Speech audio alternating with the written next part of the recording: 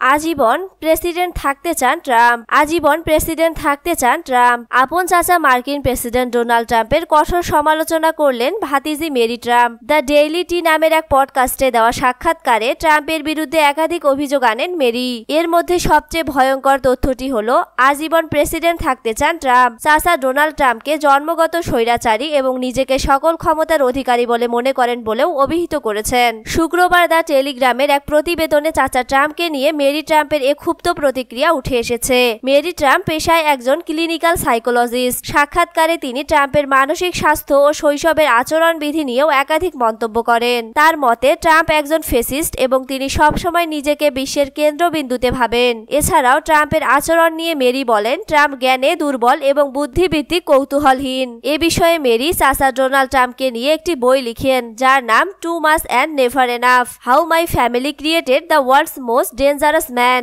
এ বইয়ে ডোনাল্ড ট্রাম্পের শৈশব, পারিবারিক পরিবেশ এবং তার নেতৃত্বের ধরন নিয়ে বিস্তারিত আলোচনা করেছেন। সাক্ষাৎকারে শৈশবের একটি স্মৃতি মনে করে মেরি বলেন, নিউ ইয়র্কের বাড়ির পেছনের উঠোনে বেসবল খেলতেন চাচার সঙ্গে। সে সময় ট্রাম্পের কিছু একনায়ক আচরণ তুলে ধরে বলেন, আমি 6 বছর ছিলাম আর তার বয়স ছিল 28, অথবা যাই হোক, আমার মনে নেই সে আমার চেয়ে কত বড়, কিন্তু সে যত জোরে সম্ভব বলটা আমার দিকে ছুঁড়ে মারত। আমার মনে হয়েছিল হাতের প্রতিটা হাড় ভেঙে ফেলেছি, কিন্তু তার মধ্যে এই বিষয়টা সবসময় ছিল তাকে জিততে হবে, তাকে সবার চেয়ে ভালো হতে হবে। সে শুরু থেকেই এমন ধরনের লোক। এরপর মেরি দাবি করেন, ট্রাম্পের বাবা ফ্রেড ট্রাম্প একজন সমাজ বিরোধী ছিলেন, যার প্রভাব ডোনাল্ড ট্রাম্পের ব্যক্তিত্ব গঠনে নেতিবাচক ভূমিকা রেখেছে। এ সময় তিনি ট্রাম্পকে আত্মকেন্দ্রিক বলেও অভিহিত করেন। তিনি আরো বলেন, ডোনাল্ড ট্রাম্পের নেতৃত্বে যুক্তরাষ্ট্র একটি বিপজ্জনক অবস্থায় পৌঁছেছে, তাকে দায়িত্ব থেকে সরিয়ে দেওয়া উচিত। তার মতে ট্রাম্প অপরাধী, নিষ্ঠুর ও বিশ্বাসঘাতক, তাকে কারাগারে পাঠানো উচিত। মে মাসেই সাগরে ডুবে 427 রোহিঙ্গার মৃত্যু। চলতি মে মাসেই সমুদ্রে ঝুঁকিপূর্ণ নৌযাত্রায় অন্তত 427 জন রোহিঙ্গার মৃত্যু হয়েছে বলে জানিয়েছে জাতিসংঘ।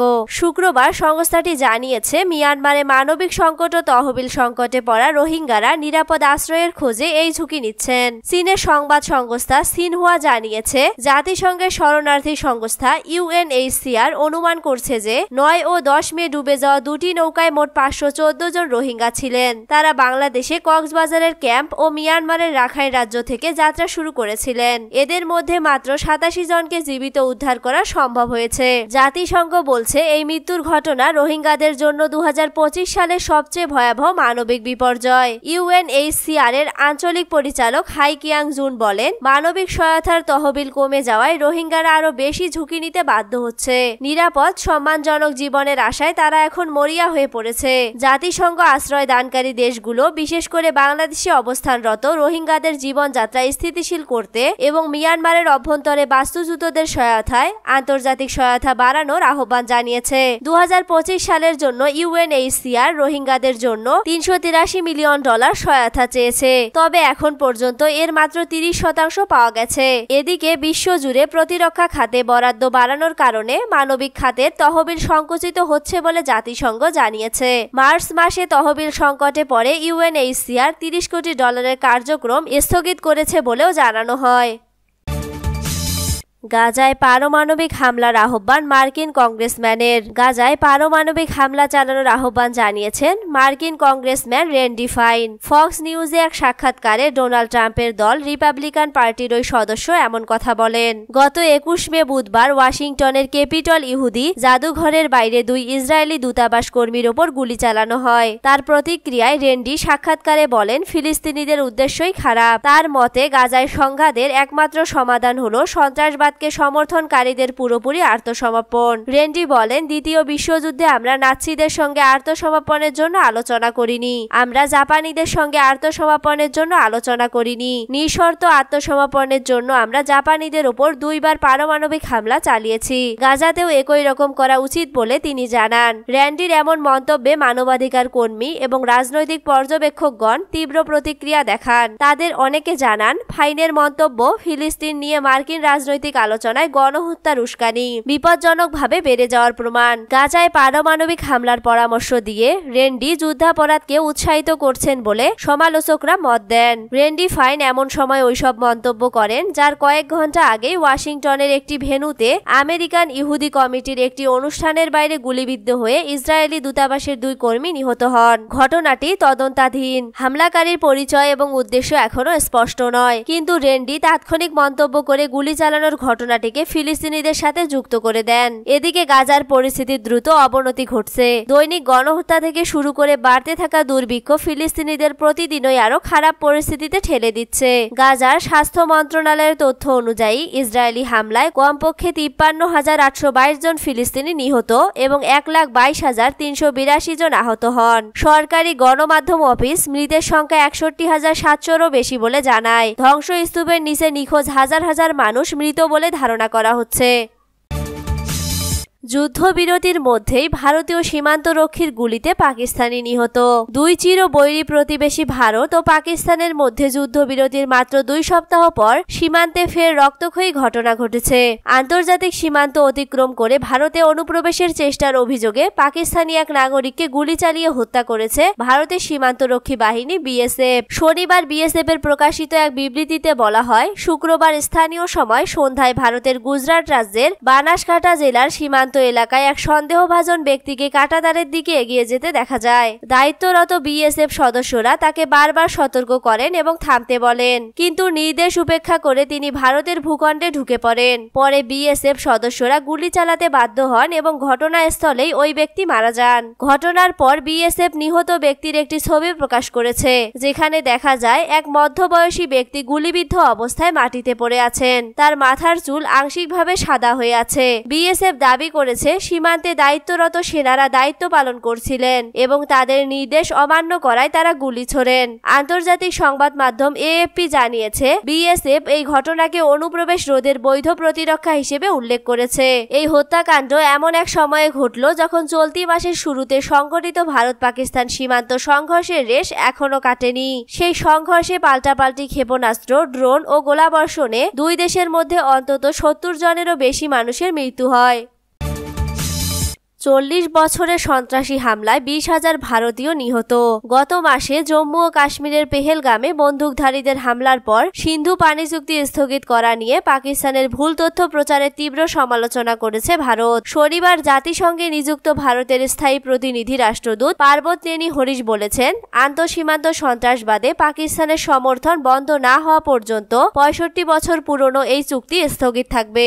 এর আগে জাতিসংঘে নিযুক্ত পাকিস্তানের রাষ্ট্রদূত বক্তব্য দিতে গিয়ে বলেন, পানি জীবন, এটি যুদ্ধের অস্ত্র নয়। তার এমন বক্তব্যের জবাবে ভারতীয় রাষ্ট্রদূত ওই মন্তব্য করেছেন। গত 22 এপ্রিল ভারত নিয়ন্ত্রিত কাশ্মীরের পেহেলগামে বন্দুকধারীদের হামলায় 26 জনের প্রাণহানি ঘটে, যাদের বেশিরভাগই হিন্দু পর্যটক ছিলেন। এই হামলার ঘটনার একদিন পর 1960 সালে বিশ্ব ব্যাংকের মধ্যস্থতায় পাকিস্তানের সঙ্গে ভারতের স্বাক্ষরিত সিন্ধু নদ পানি বন্টন চুক্তি স্থগিত করা সহ একাধিক পদক্ষেপ নেয় নয়াদিল্লি। পরে দ্বিপাক্ষিক বাণিজ্য স্থগিত, স্থল সীমান্ত বন্ধ এবং ভিসা স্থগিত সহ একে অপরের বিরুদ্ধে বিভিন্ন ধরনের পাল্টাপাল্টি পদক্ষেপ নেয় ভারত ও পাকিস্তান। সিন্ধু পানি বন্টন চুক্তি স্থগিতের বিষয়ে ভারতীয় রাষ্ট্রদূত হরিশ বলেন, ভারত সবসময়ই উজানের রাষ্ট্র হিসেবে দায়িত্বশীল আচরণ করেছে।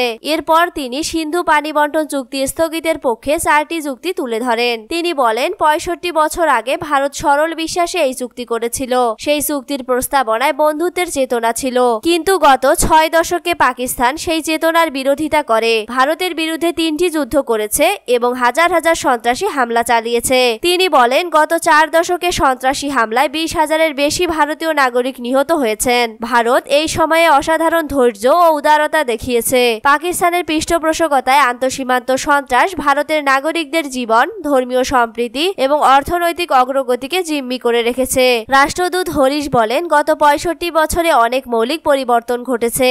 সীমান্ত পারে সন্ত্রাস বাড়ছে, পরিষ্কার পরিষ্কার জ্বালানি উৎপাদনের প্রয়োজন বাড়ছে, জলবায়ু পরিবর্তন এবং জনসংখ্যাগত পরিবর্তন হচ্ছে। তিনি বলেন, বাঁধ নির্মাণে প্রযুক্তিগত অগ্রগতি ঘটেছে, যা বাঁধ পরিচালনার ও পানি ব্যবহারের নিরাপত্তা নিশ্চিত করেছে। পুরনো কিছু বাঁধ এখন গুরুতর নিরাপত্তা ঝুঁকির মুখোমুখি হয়েছে, কিন্তু চুক্তি অনুযায়ী সুযোগ থাকা সত্ত্বেও পাকিস্তান এসব বাঁধের যে কোনো পরিবর্তন বা সংস্কার কাজে বাধা দিয়ে যাচ্ছে। হরিশ বলেন, 2012 সালে জম্মু কাশ্মীরের তুলবুল প্রকল্পে হামলা চালিয়েছিল সন্ত্রাসীরা। ছদ্মবেশী এসব কাজ আমাদের প্রকল্পগুলো সুরক্ষা এবং বেসামরিক নাগরিকদের জীবনকে বিপন্ন করে চলছে। ভারতীয় এই রাষ্ট্রদূত বলেন, গত 2 বছরে ভারত বহুবার পাকিস্তানকে চুক্তির কিছু ধারার সংশোধন নিয়ে আলোচনা করতে বলেছে, কিন্তু পাকিস্তান সবসময়ই তা প্রত্যাখ্যান করেছে।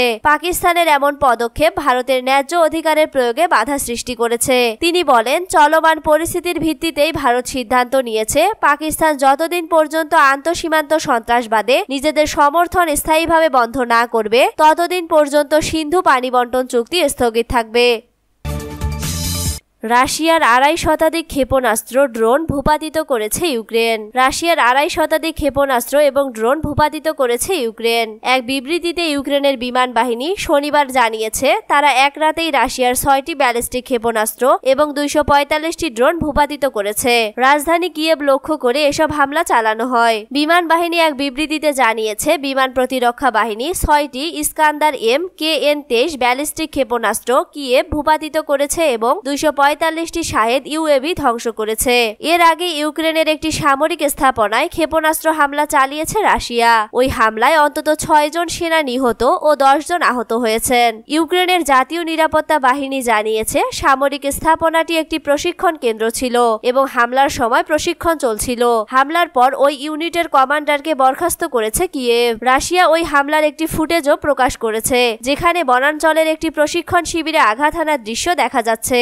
আকাশ থেকে তোলা ফুটেজে দেখা গেছে, একটি বিস্ফোরণের ফলে বিশাল এলাকায় আগুন লেগে যায় ও ঘন কালো ধোঁয়ার কুণ্ডলী বাতাসে উঠছে। সে সময় ইউক্রেনের জাতীয় নিরাপত্তা বাহিনী এক বিবৃতিতে জানিয়েছে, একটি অভ্যন্তরীণ তদন্ত চলছে এবং আইন প্রয়োগকারী সংস্থাগুলোও এতে সহযোগিতা করছে। পাকিস্তানে ঝড় বৃষ্টিতে 13 জনের মৃত্যু, আহত আরো 92। পাকিস্তানে ভারী বৃষ্টি ও তীব্র ঝড়ের কারণে অন্তত 13 জন মারা গেছেন, আহত হয়েছেন আরো 92 জন। দেশটির পাঞ্জাব প্রদেশে এই হতাহতের ঘটনা ঘটেছে। এছাড়া ঝড়ের কারণে অনেক কাঁচা ঘরবাড়ি ও পুরনো দালান ক্ষতিগ্রস্ত হয়েছে। রোববার এক প্রতিবেদনে এই তথ্য জানিয়েছে সংবাদ মাধ্যম TR গ্লোবাল। সংবাদ মাধ্যমটি বলছে, পাকিস্তানের পাঞ্জাব প্রদেশে ভারী বৃষ্টি ও তীব্র ঝড়ের কারণে অন্তত 13 জন মারা গেছেন। দেশটির সংবাদ মাধ্যম দ্য ডন জানিয়েছে, পুরনো ও ঝুঁকিপূর্ণ ঘরবাড়ি ধসে এবং অনিরাপদ স্থানে অবস্থানের কারণে 10 জনের বেশি মানুষ মারা গেছেন। এছাড়া স্থানীয় একটি কারখানার ছাদ ঝড়ো হাওয়ায় ভেঙে পড়লে একজন শ্রমিক নিহত হন এবং 5 জন গুরুতর আহত হন বলে জানিয়েছে দেশটির সরকারি টেলিভিশন পাকিস্তান টেলিভিশন। এছাড়া একজন ব্যক্তি বজ্রপাতে প্রাণ হারিয়েছেন বলেও জানা গেছে। ঝড়ের কারণে অনেক কাঁচা ঘরবাড়ি ও পুরনো দালান ক্ষতিগ্রস্ত হয়েছে। এর আগে গত শুক্রবার পাঞ্জাবের প্রাদেশিক দুর্যোগ ব্যবস্থাপনা কর্তৃপক্ষ PDMA পাঞ্জাবের বিভিন্ন এলাকায় ঝড়ো হাওয়া, ধূলিঝড় ও বৃষ্টি হতে পারে বলে সতর্কবার্তা দিয়েছিল। PDMA এক বিবৃতিতে জানিয়েছে, বজ্রপাত থেকে বাঁচতে নিরাপদ স্থানে থাকুন, খোলা জায়গায় থাকবেন না, অপ্রয়োজনে বাইরে বের হবেন না এবং ধীরে গাড়ি চালান।